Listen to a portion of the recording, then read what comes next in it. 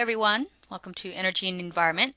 I just wanted to review a couple of the concepts from Chapter 1, and a lot of Chapter 1 is getting us focused on the general picture that the rest of the semester and topics set into. When you talk about energy, there are two main areas that you want to look at. You want to look at the inputs, which on this diagram is on the left, and you want to look at the outputs, which is on the right side of this particular diagram, because the inputs and the outputs are really what drives the rest of the energy system. And we'll talk more about this as we go along, but the energy system really is all about acquisition, processing, using, and then waste disposal. If you look at the United States, and while we will look at global issues, a lot of what we'll do this semester, we do focus on the United States. We see that our main inputs over here on the left come from primarily this upper tier of products like coal, natural gas, and oil, and we call those particular types of fuel sources fossil fuels. And we'll be talking more about those in the future.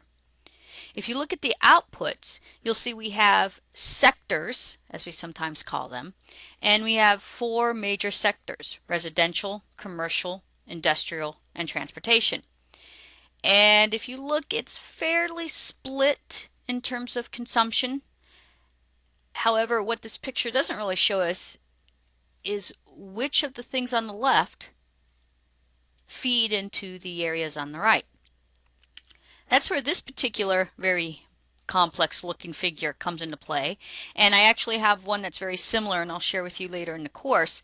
The idea behind this figure was to try to get a sense for where is this energy really going, and that's a lot of what we'll be tracking, because if you have a system, you need to understand it to be able to make it more efficient, balanced, and to keep things flowing.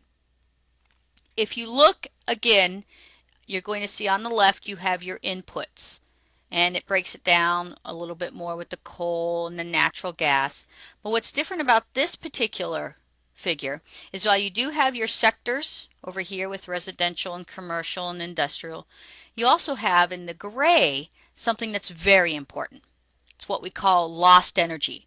What that means is of everything coming in here on the left, lost energy is what's used to generate or make the system flow, but it's not really used in the consumption piece.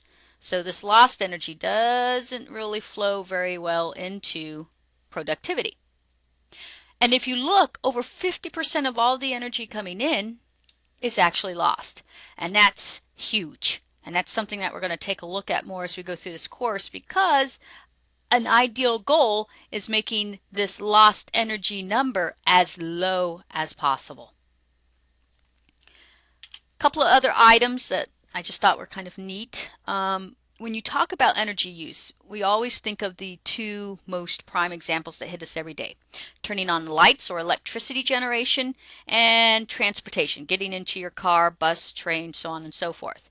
Realistically, however, our fuel sources are used for a lot of other functions.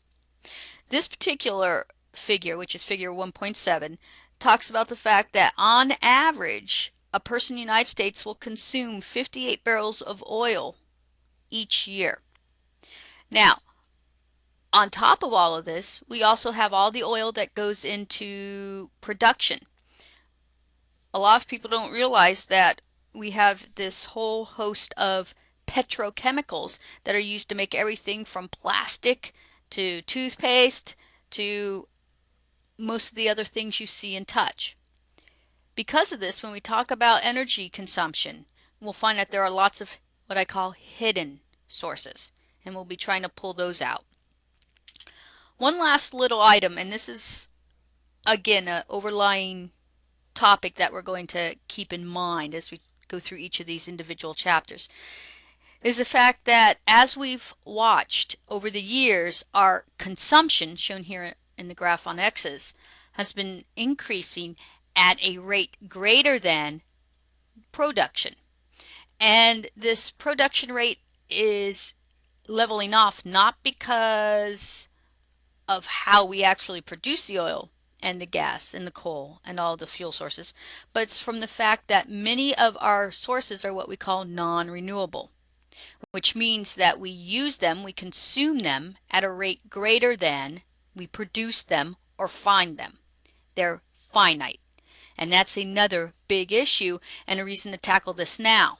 Not only is our need to change consumption habits important, but the fact is we need to change potentially overall energy sources. So understanding what energy is out there now, how we acquire it, and how our system uses it becomes crucial if we want to be able to find future solutions.